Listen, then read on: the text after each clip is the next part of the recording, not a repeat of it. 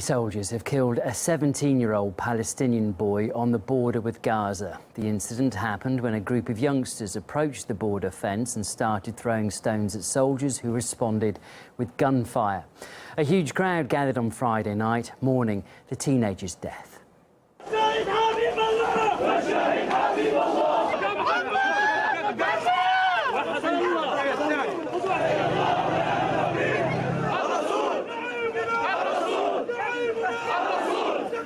Well, that killing followed an arson attack in the West Bank in which a Palestinian toddler was burnt alive. Israeli police suspect it was carried out by Jewish extremists.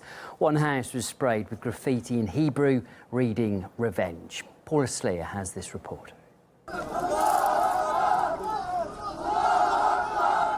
The funeral of the 1.5-year-old boy is currently taking place. His brother is sobbing uncontrollably next to the gravesite, while his mother and one of his sisters are listed as critical. This entire area has been closed off by the Israeli army.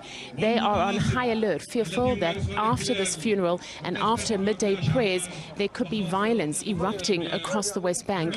The Palestinian President Mahmoud Abbas has spoken out severely, saying that this funeral is the result of the Israeli government and the support it gives to Israeli settlers and the enlargement of their settlements. He's also called on the international community not to remain silent in the face of such activities, saying that this case and others will be taken to the International Criminal Court. Paula Sleer, RT, Doma Village, Nablus. Meanwhile, mass Palestinian protesters have taken to the streets of Hebron in the West Bank, hurling rocks at Israeli police. And in the village where the houses were burned, crowds gathered for the funeral of the young victim. We asked author and historian Gerald Horne where this situation could be heading. What has been going on in that part of the world, in occupied Palestine, in many ways is a crime against humanity. That what we have been witnessing over the last 24 hours is consistent with a pattern that needs to be referred immediately to the United Nations Security Council for immediate action.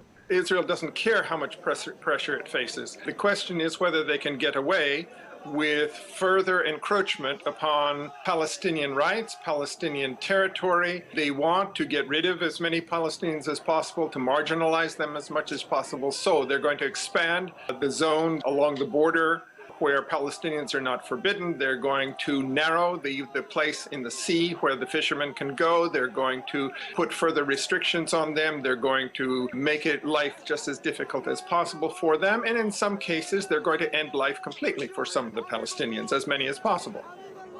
Well, Israel's Prime Minister did speak with the Palestinian President Mahmoud Abbas after the tragic event in the West Bank in a rare phone call to urge joint action against terrorism. However, his fourth term in office was won back in March on the back of a campaign fuelled by right-wing anti-Arab rhetoric. Just a day before the election, Benjamin Netanyahu said that anyone who allowed the creation of a Palestinian state or the evacuation of settler territory would effectively expose Israel to radical Islamist attacks. And he posted a video on his Facebook page with a message that was condemned as racist.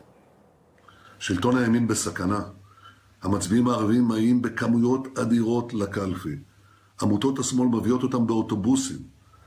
Now, however, Netanyahu seems to be facing the anger of the nationalist voters that helped him win. Earlier this week, 2 Jewish homes were demolished after being ruled illegal by the Israel's High Court as they were built without permission on private Palestinian land. It enraged many Israeli settlers who felt betrayed by Netanyahu, leading to 2 days of clashes with police. To appease pro-settler parties in his right-wing coalition government, Netanyahu was quick to approve the construction of 800 new homes in the occupied West Bank and also Jerusalem. Israeli journalist Gideon Levy thinks the government's policies are backfiring. The closed eye which the government kept toward violence of settlers for many, many months now, burning fields, attacking Palestinians, burning residents and other actions, and very, very few of them were brought to justice. Very, very few were even interrogated. And you know, when you keep one eye closed, and when the rhetoric is anti-Palestinian, nationalistic, and many times racist, and when you support the settlers again and again to all their deeds, this is the outcome.